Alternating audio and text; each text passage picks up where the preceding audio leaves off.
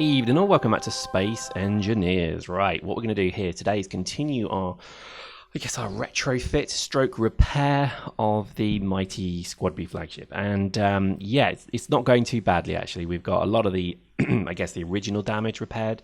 We've got some of these thrusters kind of coming online. Thankfully, because I'm removing one thruster and replacing them with another, I can just pinch parts from one to put onto the other. Hopefully that makes sense. We repaired our hangar deck. It's not looking too bad. A little bit ghetto in some places, but yeah, it just took a hammer and it really did. When a fighter flies into it, it pretty much does damage quite easily. We've also got a refinery running. We've also got everything kind of going. We actually have plenty of uranium as well. So I think one of the key things that you need to do is if you've got multiple reactors, power on each of the reactors as best you can, because you're going to need as many as you can get, to be honest with you. So don't forget that. Mining is something that I would recommend you always have an abundance of ore of all the different types. I know I've not really spoken much about mining, but we probably should talk about that.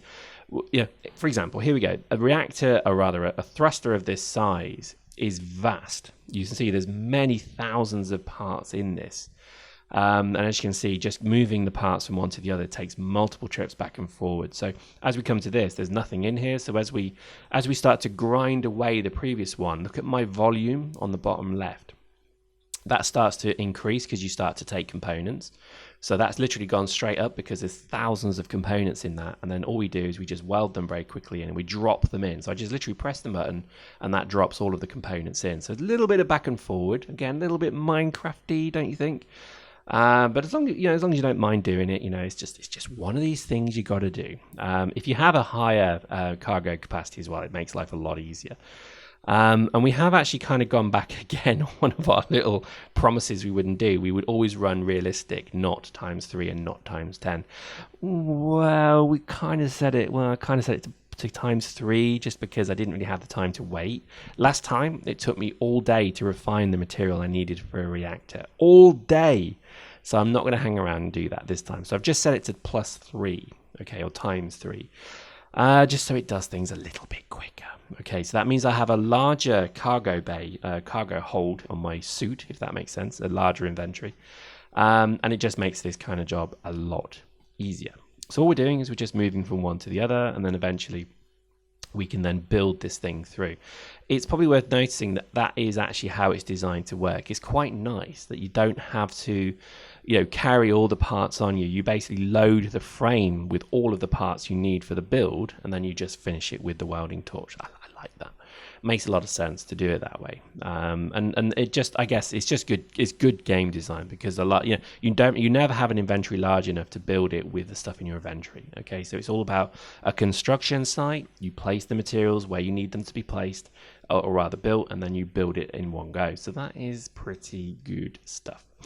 I would also think that a lot of the time, these kind of things just generally are quite big builds anyway. So doing this as a solo project is an ambitious endeavor, to say the least. So there we go. As we get the last few bits from this, we can then obviously put them into the reactor, or rather the retro thruster there. So we're now pretty set and we can build this thing. Now the thruster components, 960 of them. That's the problem with these things. The reactor needs 2000 reactor components. In thruster components, that's platinum. So you need to mine an awful lot of platinum. With the reactors, you've got to mine silver.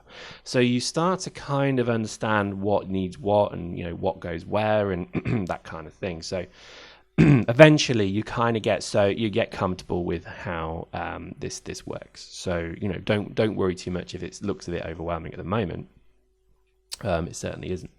Once you get the thing over that red line, it becomes functionally operational. So that's pretty much what it's doing there. And then the further step to do is you have a gap between the top of the bar and the red line that is its kind of operational tolerance limit. Okay, so that's how much damage it can take before it goes offline. Some modules have 0, so these plates have got 0. Oh no, I lie, they do, but some things don't. So literally, as soon as something even takes a knock, it goes offline. So we've got to remember that. These engines have got quite a bit of steel plates at the top of them, which is their armor. Okay, so if they start getting shot by weapons and God knows what, they do have a relative armor capacity within them that does mean they don't take damage immediately.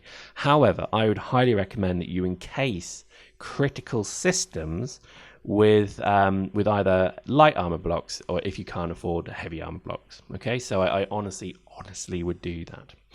I think a lot of the game is really also just around making the game, making the parts you need and having them on stock as well. There is nothing worse than running out of components and having to immediately go and mine. So, like any good engineer, ironically, having the spare parts available to you is incredibly important. So don't skimp on this, bro. Go and mine more than you need, and then hold it in storage. Okay, you can leave it in the mining pieces as well. You can you can have 2 mining vessels and go and mine in both of them, then refine everything, then go and mine again and leave the ore. Once the refinery is filled, leave the ore in the mining ship's drill bits. Just leave them there. And that way, if you ever run out of something like platinum and you need to just do it quickly, you don't have to go and mine again. Simple things, but amazingly effective, because the last thing you want to do is to have to stop what you're doing and go and mine. Mining, that's not a problem with mining, but it's just you don't want to do it. You don't want to have to kind of stop building a reactor because, oh my God, I've run out of steel plates. It's that kind of stuff, really. So there we go. Our look at that. Our retro is finished. Bye-bye as I wave to it. Then you paint. This is obviously one of the most important parts. Oh my God, I already got that wrong. Oh, I'm such a noob. I always favor my SquadB colors, and as you can see, doesn't that look pro? And this is the, I guess, the accoutrement. This is the icing on the cake part of the game, is that you then put it in your gang colors, and I think that's kind of the fun bit. So our retros are relocated, our hangar deck is repaired. This is looking quite good, well, mostly repaired. As you see, I always have an eye for something that needs to be bloody fixed. But I would say this thing is kind of getting there. We need to look at the hangar deck, as you saw there as well. I think we need to look at how we access this hangar deck because it's not quite right just yet. But anyway, it'll do. A lot of this is just making the thing work to what we need it to do. One of the key things as well I would look at is also using lights. You'll probably notice I've used a lot of interior deckings. I would probably advise not doing this because the interior deck plates are incredibly costly to build. You could build passages everywhere. Passages can be used horizontally and vertically, and they look kind of cool. They look like a bit Star Trek, bit Babylon 5-y maybe, and we'll maybe show that in a later video. To do it like I've done here, which is all kind of interior plates, is just incredibly costly. Not only to build, but certainly to repair as well. So, as we return to our knackered part of the ship at the back, what we need to do is now rebuild the 3 engines here. Now, this is going to be costly because they actually have all gone. They were blown off entirely. So, this is going to be very difficult to build. Because just the parts they need, 960 thruster components, is an awful lot. I mean, just an awful lot.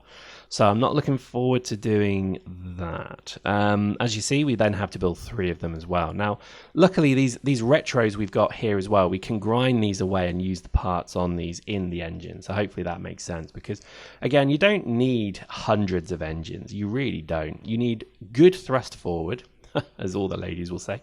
You need good thrust backwards. Again, as all the ladies, no, I'm not going to do that. And then you just need the ability to angle left, right, up, down. And I think that can be done with the smaller engines, to be quite honest with you. As long as you've got thrust forward, again, insert sick obvious joke here, you can find yourself generally not needing the side momentum and the up and down momentum to be too vigorous. Is the word I will use of the day, vigorous. I think that's probably the good way to look at it. I think a lot of these ships are massively over-engineered as well. To be honest with you, why on earth have I got 6 main engines on the back of this thing? I can tell you why. It's because I'm an idiot. That's why. So I think a lot of this is also maybe, I want to keep 6 engines because I want this to be a very fast ship. I want it to make the Kessel run in 0.2 parsecs. Is that a unit of distance or is that time? I don't know. So it's that kind of thing that I think had in my mind. I did want this to be quite a quick ship. I don't know if actually speed is going to be anything to be aware of in the game. I mean, when NPCs come in, maybe that is the ability to get out. In StarMade, I had a very big ship. And this thing was pretty fast because I knew that I wanted it to be fast. And it probably saved my ship more than once when the NPCs attacked said ship. Because if I didn't have that, then it would quite honestly kill me. I would have died very quickly. And I think just generally, I want to make it look pretty awesome as well. I'm having 6 engines at the back. Looks a bit Star Destroyer-y. But look, there's even more. So you see there's even more, retros here that are just damaging. Every time I press a button, that is going to fire into that black block and damage it. And eventually it will blow a hole in the hull. That's the problem with a lot of this. So this is just frustrating. But what we're going to do is we're going to deactivate them for now. And then what we can do is we can use all of these as spare parts for our new 3 engines that we're going to build on the side. So you see here I've picked up the components and I can just fly over here and weld them in. So just drop the components in and we're up and running. Now it's probably worth building the frame for all 3 of them as well at some point, but I think for now there's just so much more to be done. I think just generally, there's quite a lot here that needs to be done. Also, I would say that a lot of the time you want to set your refineries and your assemblers running. Never generally leave them vacant and empty. Never leave a refinery empty, because just refining, even with the boosts, takes a long time. The idea is that eventually this game will move to fully hosted solutions. So this map will be on permanently. The ship will be in the game permanently. And the idea being is that you can then build defenses for your ship so people can't board it easily. Maybe they'll alert you when it's being attacked. Who knows? But anyway, the point is that your refineries will be on 24/7. Your ship will need to be powered 24/7, and that's really something to bear in mind, because I think a lot of the wars, quote wars, will be over uranium, because you need power, and power is essentially only given to you through the uranium of mining and refining uranium. So this is going to be quite cool. I can't wait to see how they do this. Actually, I'm eager to see how these things pan out. If you look at the back, we've got our 3 small retros there. They have exploded on the other side. Did you notice that? I took damage as I got near the retro. I basically shoved my head inside a burning engine with its blue flame, basically telling me they're on and I should not touch. It basically had a great big sign saying hot, do not touch. And I went and stuck my head in like a tumble dryer already on spin. It's just stupidity. So what I do there is I just grind them down so they're not on, and then they're safe. Okay. It's just so cool. I do love that. I love that as a concept, that basically you can kill yourself with your own ship because you kind of walk into an active retro burner as it's moving, and it basically just incinerates you. That is bloody funny. So there we go. Hope you enjoyed that. We'll see you next time.